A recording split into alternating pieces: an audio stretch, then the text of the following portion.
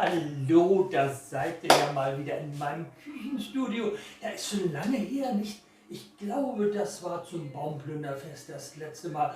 Und das war ja Sonnabend nach Heilige Drei Könige. Und was ist da nicht alles passiert in der Zwischenzeit? Ja, wir wollen gar nicht erst davon anfangen. Heute ist aber Großkampftag hier in meiner Küche. Ja, wir waren tüchtig einkaufen. Also wenn ihr euch hier so umguckt, was hier alles so steht, nicht? Das muss alles noch weggeräumt werden. Wer soll das machen? Ich natürlich. Ja, ist ja kein anderer da. Oder doch, auf dem Sofa. Da ist noch einer. Ja. Ja, was habe ich da nun heute alles vor? Ich will euch das erste Mal zeigen. Wir gucken ja gern bei Arte zu Tisch in. Und da gab das diese Woche ja zu Tisch auf Sylt. Nicht?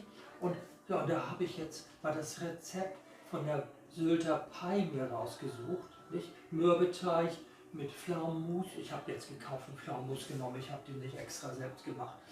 Und ja, nun will ich mal gucken, so ganz wie das im Rezept stand, aber das kennt man ja, ist das ja dann doch immer nicht so.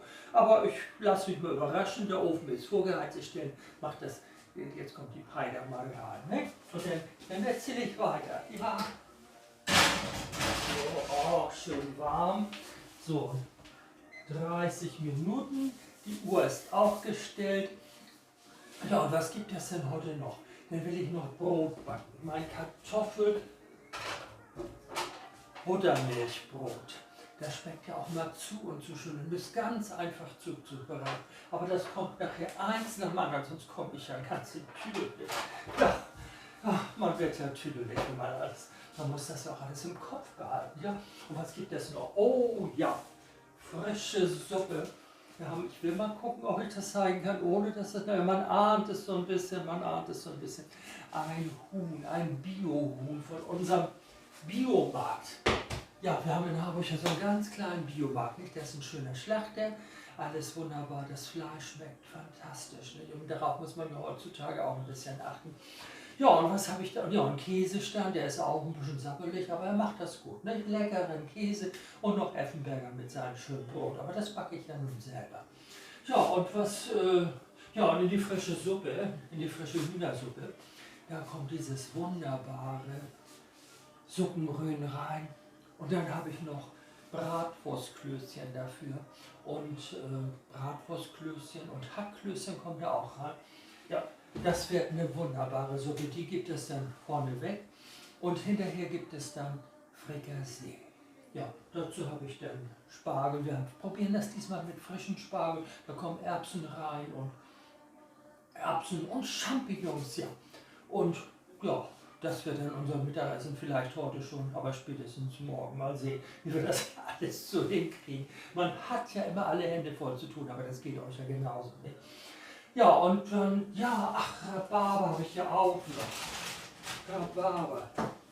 Diesen schönen Rhabarber von unserem Marktstand in Harburg, müssen wir schon was runtergefallen, weil man kann bei uns vom Boden essen. Ja, das kann man.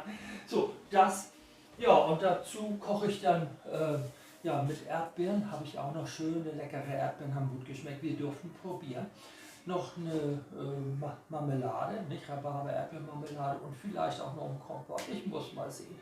Ach, ich glaube, ich muss jetzt aufhören.